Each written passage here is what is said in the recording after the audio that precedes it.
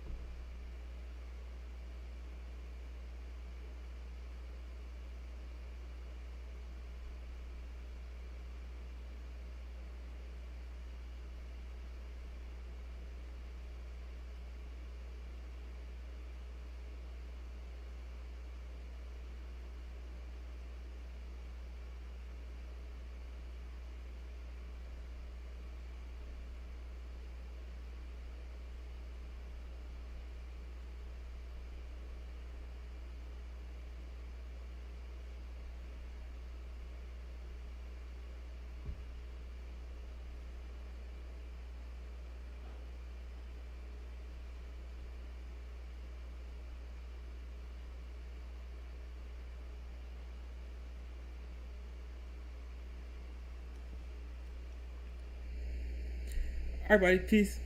As you guys know, Sean Cottle, host of the GSMC Basketball Podcast Show, brought to you by GSMC Sports Network. We have a very exciting show for you today, guys. We're going to be recapping So yesterday we spent a lot of time really just reacting to the news of Damian Lillard being traded to the Milwaukee Bucks, and only use this episode for our show to actually thoroughly analyze it and look at it from all angles and look at who quote unquote won the trade and who benefits the most from it, and just gonna break it down from all angles. So be sure to stick around for the final segment of our show as well, guys, where we're going to actually discuss some more Bucks talk, but we're going to discuss more like more of the relationship between Hakeem Olajuwon and Giannis Antetokounmpo and how that could bode well for both of them. So with that being said, guys, let's go ahead and get right into it. So the first question I really want to ask about this trade is, do the Bucks actually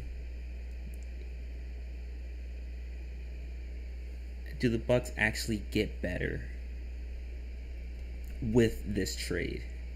And I alluded to it a little bit yesterday. I talked about how the Bucks would be, or giving up one of their best perimeter defender in Drew Holiday while getting a better perimeter offensive player in Damian Lillard. But the pushback I got from that was that Giannis and Brook Lopez are both all defensive players, both former defensive player of the years, and that was not Brook Lopez but Giannis, and people were telling me that the Bucks wouldn't have an issue defensively because they would still have those players in the low post. But people have to, my pushback to that is that sometimes those low post players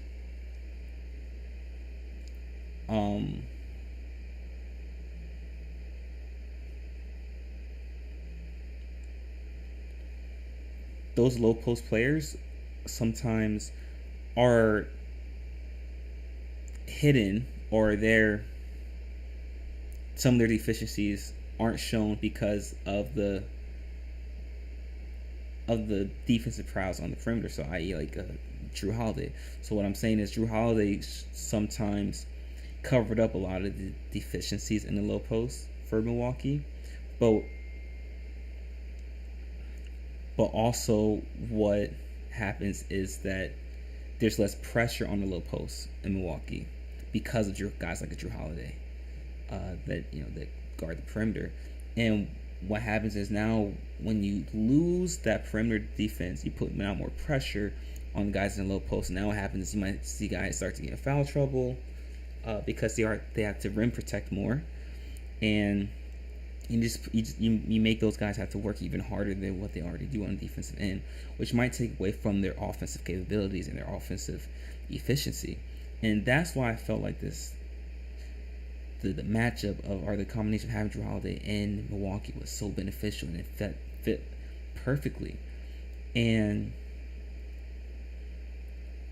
what we have noticed as well, we're transitioning to the offense side of the ball. Drew Holiday is a point guard who fits seamlessly into any system, into any offensive scheme, which is why he's going to have so many suitors. We'll talk about that later on in the show.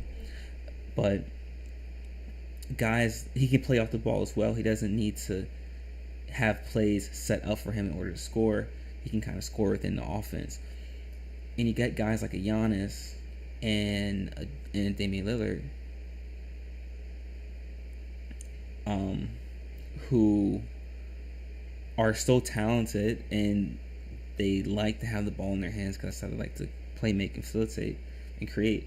Damian Lillard less than Giannis, but Dame can play off the ball because he shoots well off the catch, but Giannis is someone who needs the ball in his hand to play, make, and create shots for himself.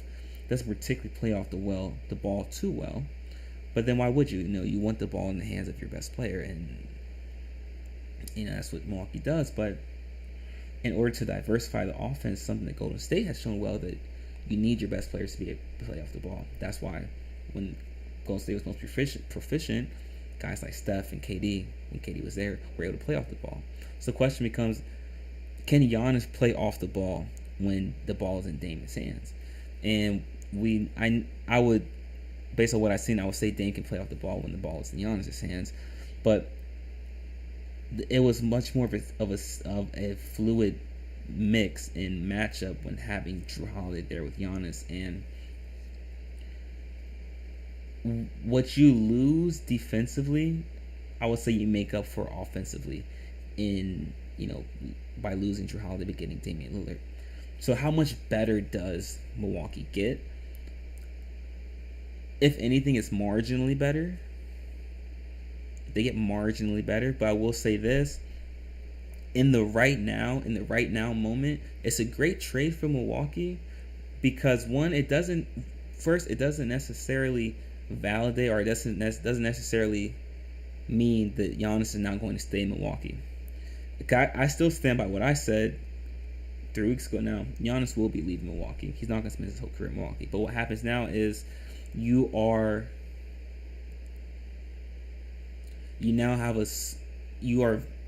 certified for the next 3 years. You're going to have a superstar a star player in Damian Lillard. And what now comes into play is that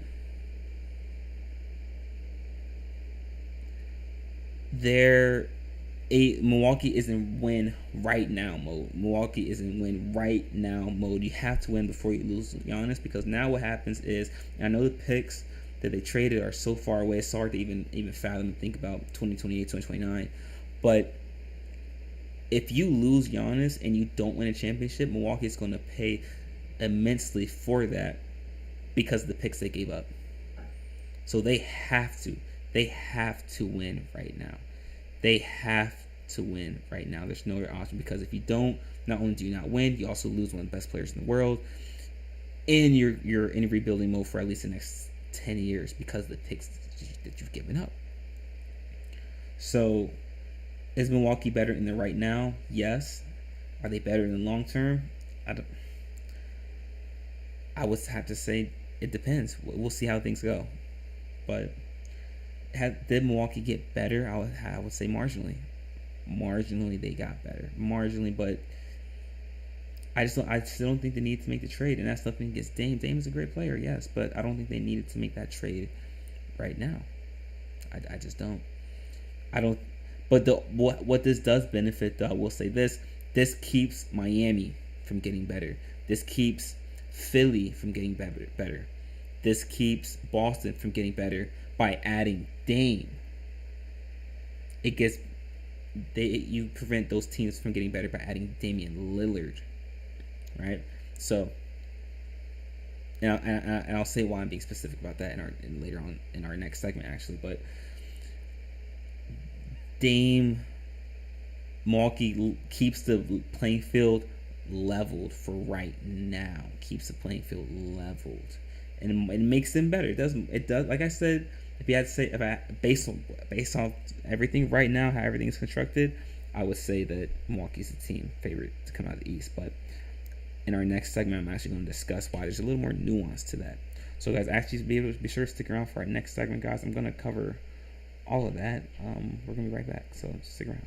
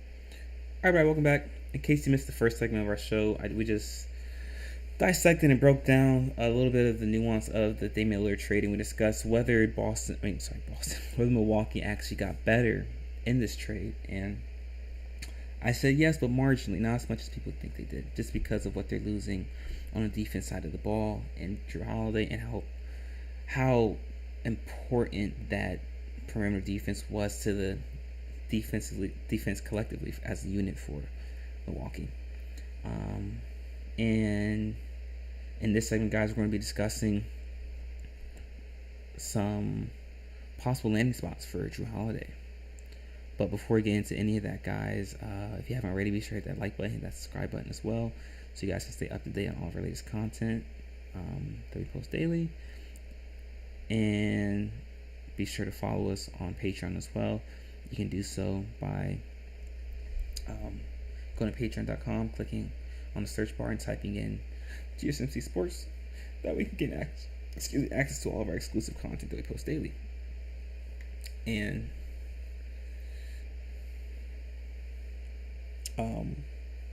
if you'd like to support our network and our company, guys, you can do so by following the link in the ticker below. It's streamelements.com/GSMC Sports Network /tip. Once again, it's streamelements.com/GSMC Sports Network /tip. None of this is possible without you guys as fans, so it's just an honor to have this platform and share with you guys my thoughts and my insights on this wonderful game of basketball. So I want to talk about some possible landing spots for Jrue Holiday. So as we know, Jrue Holiday got traded to Portland in this Damian Lillard trade. Essentially, it was a swap for point guard, Damian Lillard for Jrue Holiday. So now in Portland, you have Jrue Holiday with this extremely young core of Scoot Henderson, Anthony Simons, Nasir Little, and DeAndre Ayton. Very young core, right? So you, at face value, you might think to yourself, well, Portland might have enough to maybe make, with Chauncey Billups, who's a great coach, one of the best coaches in the NBA, in my opinion. You have these guys, you have this group of guys here, and you say to yourself, well, maybe we might be able to, who knows, we might be able to actually compete for a playoff spot with this group of guys, right? And Jrue Holiday can be a nice veteran leader in the locker room, and he can be a positive role model, positive influence for the guys. And we talked about already how important that can be for a young franchise, a young team. But does that outweigh the overhaul you would get in draft capital and in young talent that you would get for Jrue Holiday if you traded him? And the answer is no, it doesn't. You're much more incentivized to trade Jrue Holiday if you're Portland, and that's what's going to happen. Jrue Holiday's not going to play a game in Portland. I can tell you that right now. But what happens now is Jrue Holiday is going to be playing for a contender. And so now you start looking at what are the best possible landing spots.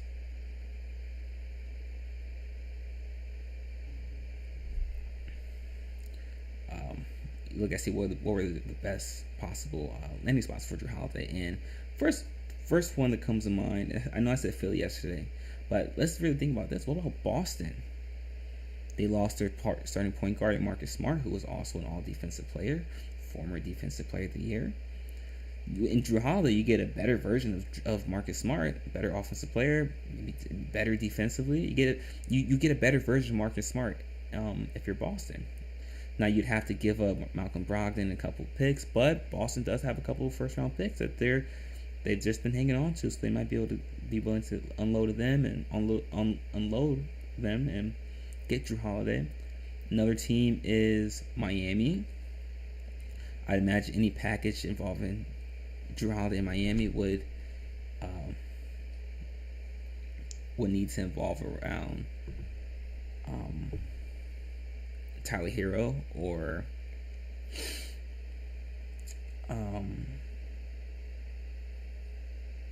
I'm not even sure, maybe Kyle Lowry. Just off the top of my head, I know Gabe Vincent is no longer there. And Max Juice is no longer there either. Maybe Duncan Robinson. You'd have to give up something and a couple of picks to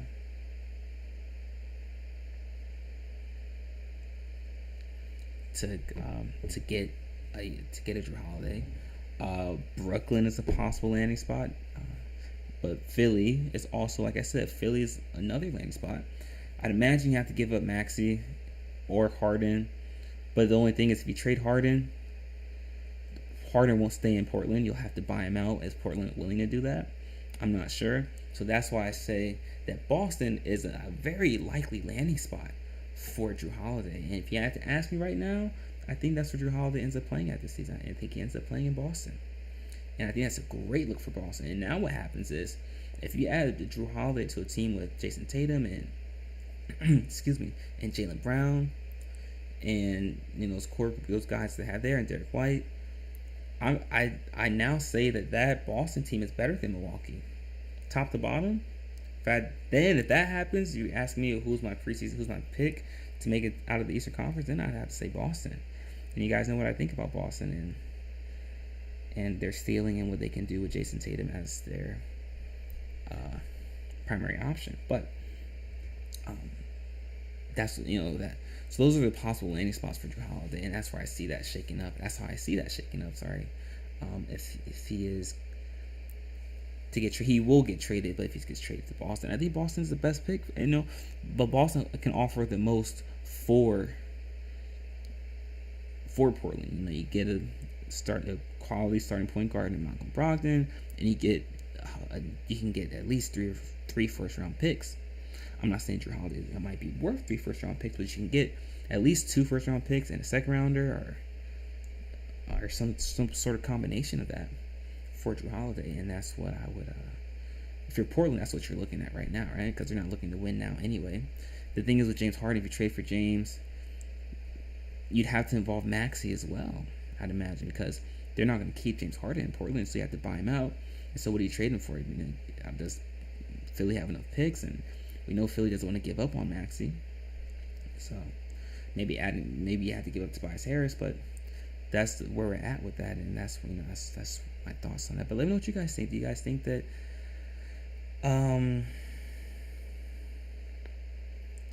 that Drew Holiday will be playing in Boston, or will it be Miami, or Brooklyn, New York possibly? Golden State perhaps? Won't get too deep into that, but just know I have some inside information that says that is a very real possibility, Golden State. But if you had to ask me right now, I would say Boston is a primary landing spot for Drew Holiday. But let me know what you guys think in the comment section. Or will he not get traded at all? Will he just stay in Portland? Let me know what you guys think, though, on that. But, guys, in our next segment, we are going to be discussing a very interesting topic. Is Damian Lillard is he the best point guard in the NBA? It's funny, that's how it works. You get traded, you're selling the headline, you're suddenly the main focus for 4 segments of the show, right? How it works. But we're gonna be talking about that. Is Damian Lillard top point guard in the NBA? Be sure to stick around for that, guys. We'll be right back.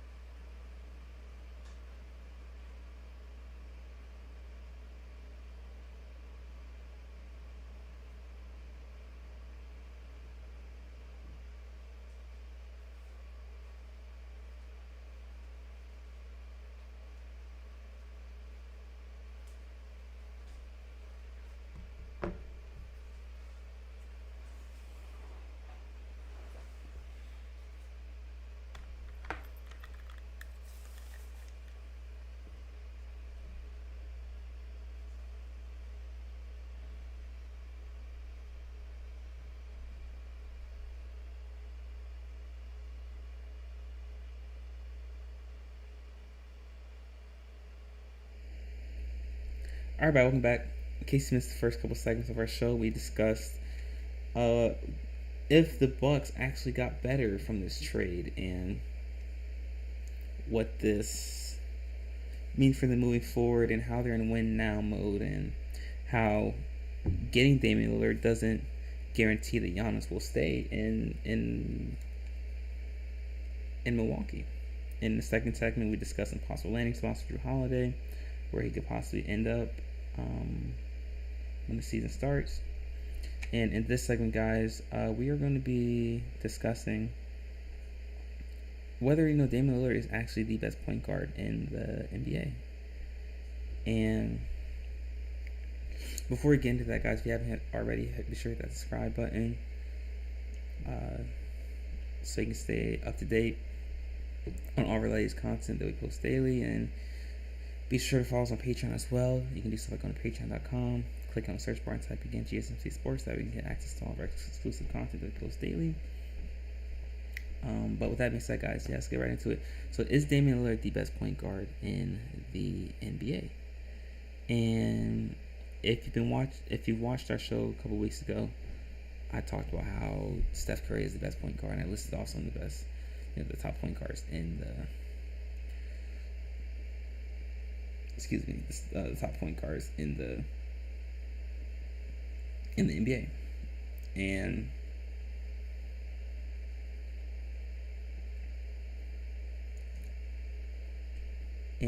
I think Steph is the best point guard in the NBA. Right after him, I'd say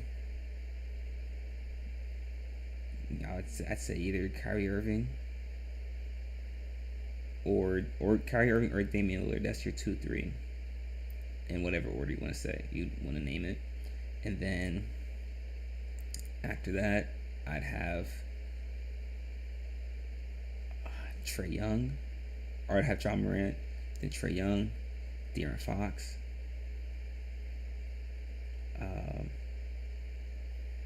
And I would have that as my top 5. But you can make the argument though. I'd take Kyrie right now over Damian Lillard.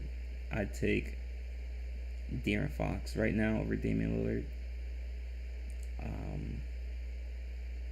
And I'd have Dame at number 4, because I'd take those two guys over Dame. I'd take Kyrie and De'Aaron Fox over Dame right now, but I would still take Dame over Trae Young and John Morant at this point in time. But so I don't think Dame is the best point guard in the NBA, and that's no knock on Dame.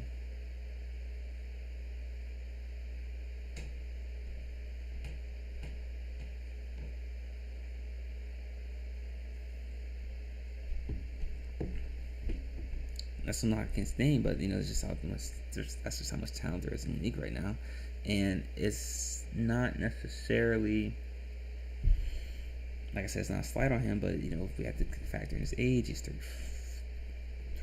33 years old, same age as Jrue Holiday actually, and he's never been known for his defensive prowess. He has been injured the past couple of years, injury prone. Sorry, these past 2 years, and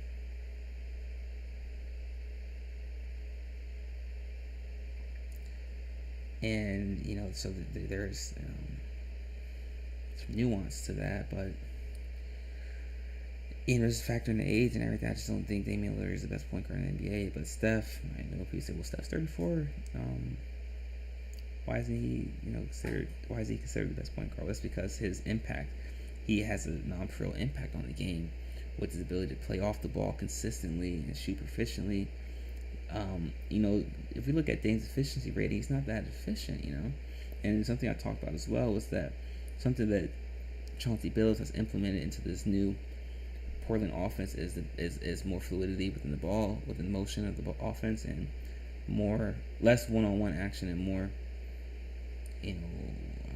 driving kicks and reading reacts.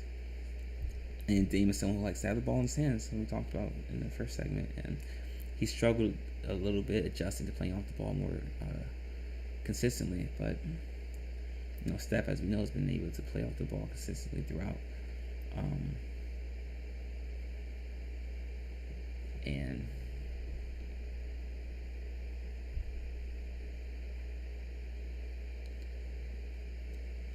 and that's just something that that I noticed, and something I would say about that.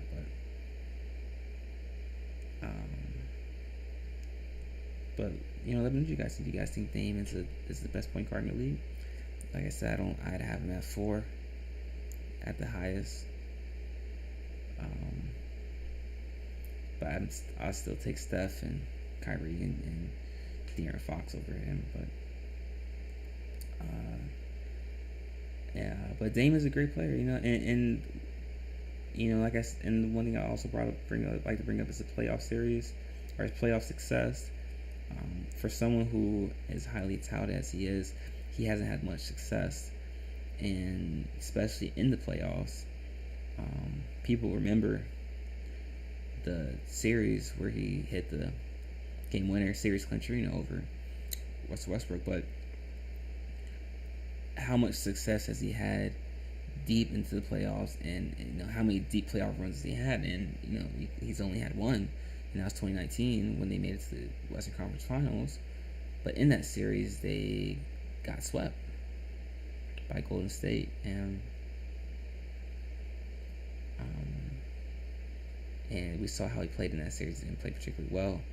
So we've seen Dame come up small multiple times, you know, in those type of series, in those big games. But he's a great player, you know. He has come up big when he has come up big. He's come up big, but I think not as much as people think he has. But you know, let me know what you guys. And I'm trying to knock Dame at all. Dame's a great player, man. He'll based on the standards of the NBA and the Hall of Fame regulations, he'll be in the Hall of Fame. But you know, I don't think he's the best player. I don't think he's the best point guard in the NBA. No, that title still goes to Steph. But let me know what you guys think. Is Dame a top 5 point guard? Is he the best point guard in the NBA? Share your thoughts. But that being said, guys, in our next segment, we're going to be discussing the dynamic between Hakeem Olajuwon and Giannis Antetokounmpo. Very interesting dynamic, to say the least. But be sure to stick around for all that, guys. We'll be right back. You're not going to miss it.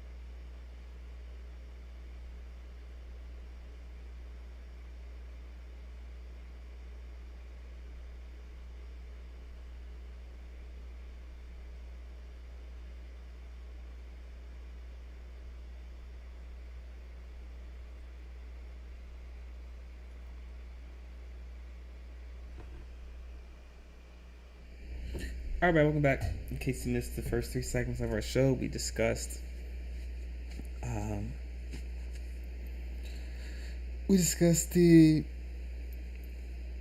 dynamics of the Damian Lillard trade, and we discussed whether Milwaukee actually got better from that trade, and then we also discussed the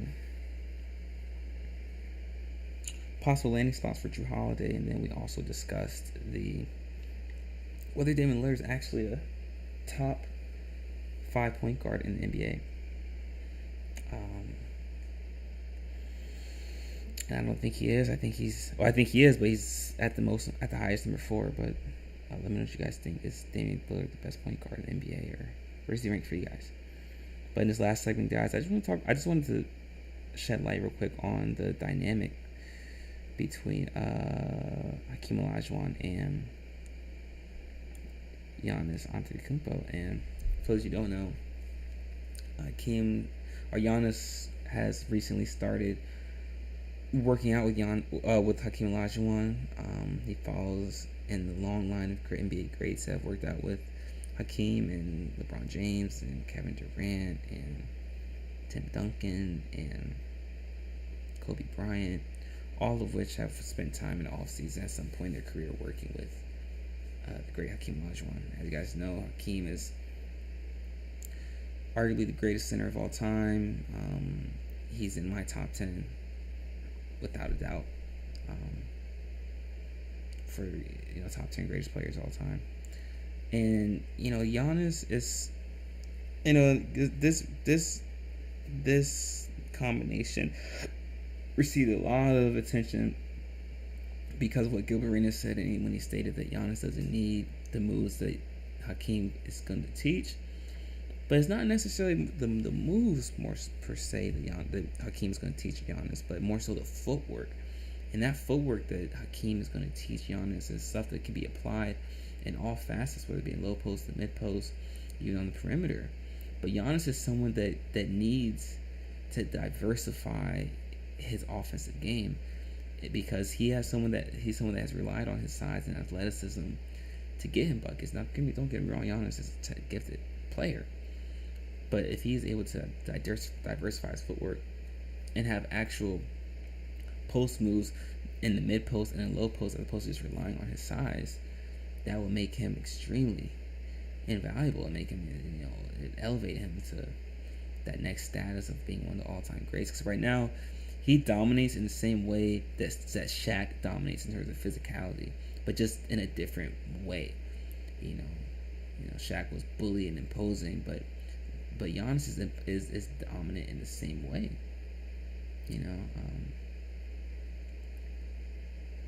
Giannis reminds me of a combination between like Bill Russell and Shaq. That's when I think of comparisons for Giannis. That's what I think of. But just pure dominance. That's what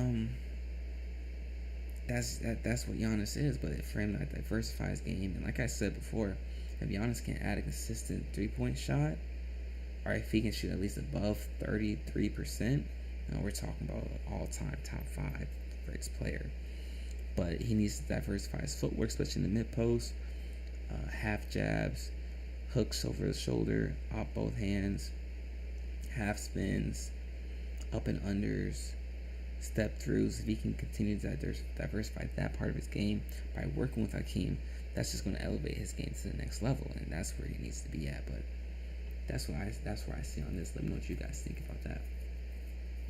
But I think this will be a great pairing for the two. I think Hakeem will show that his knowledge and skill in the game of basketball is transcendent, and it'll be beneficial and useful for every generation as the years go on and on and on. That's what generational players, that's what great all-time players are capable of doing.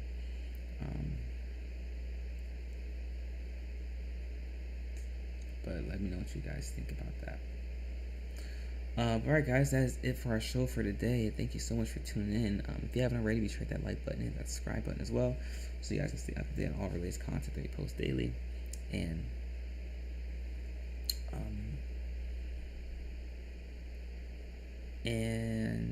if you haven't already, be sure to follow us on Patreon as well. You can do so by going to patreon.com, click on the search bar and typing in GSMC Sports. That way you can access to all of our exclusive content that we post daily. And if you'd like to support a network or a company, you can do so by following the link in the ticker below. It's streamelements.com/GSMC Sports Network./tip. Once again, it's streamelements.com/GSMC Sports Network./tip.